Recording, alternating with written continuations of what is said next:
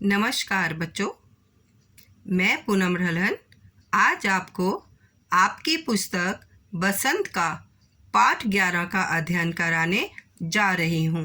इस पाठ का नाम है रहीम के दोहे। इस पाठ के रचयिता हैं कवि रहीम। रहीम के दोहे। कही रहीम संपत्ति संगे, बनत बहुत बहुरीत। विपति कसोटी जे कसे, ते ही साचे मीत।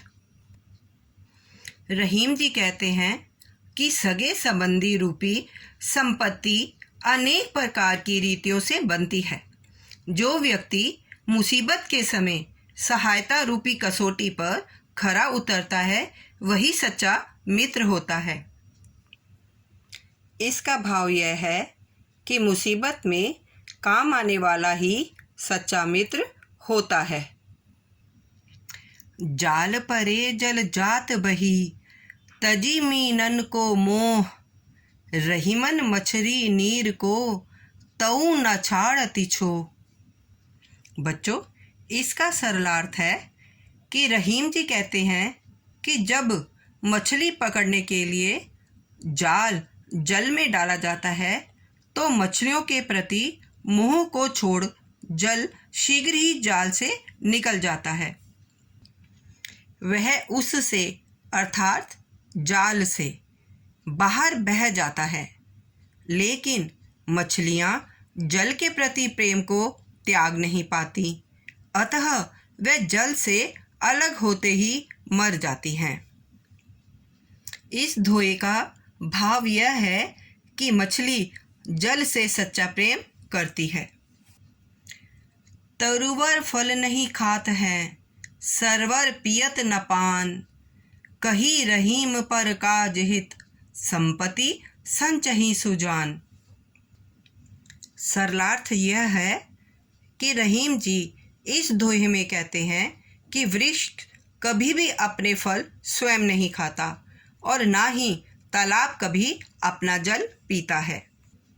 इसी तरह सज्जन व्यक्ति अर्थात अच्छे व्यक्ति परोपकार के लिए अपना धन इकट्ठा करते हैं। वे दूसरों की भलाई के लिए अपना सब कुछ दे देते हैं।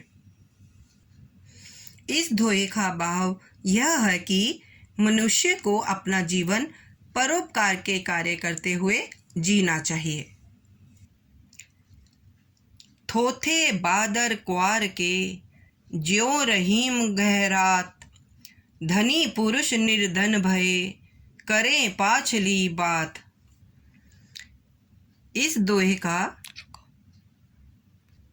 सरलार्थ यह है कि रहीम जी कहते हैं कि क्वार महीने में आकाश में घने वाले बादल बिना पानी के खाली गड़गड़ाहट की आवाज़ करते हैं।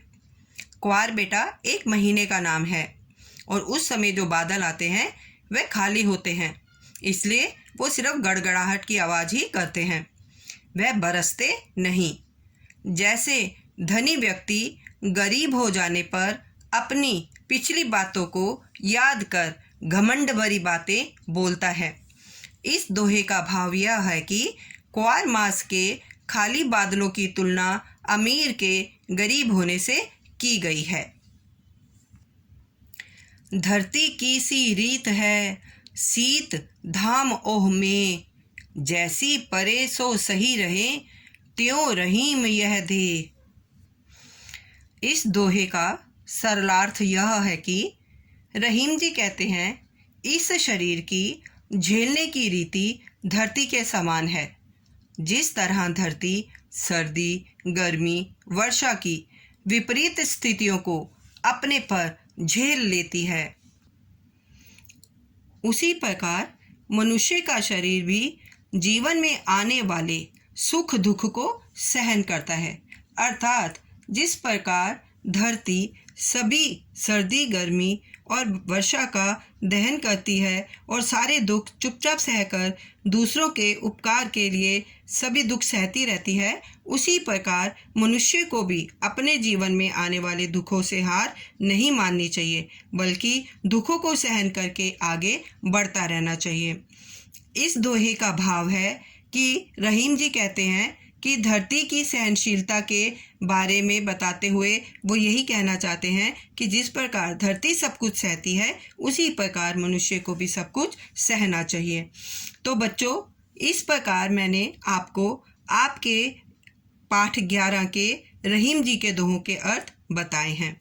आप इनका अभ्यास करिए और इनको कंठस्थ करके अपनी कक्षा में सुनाइए। धन्यवाद।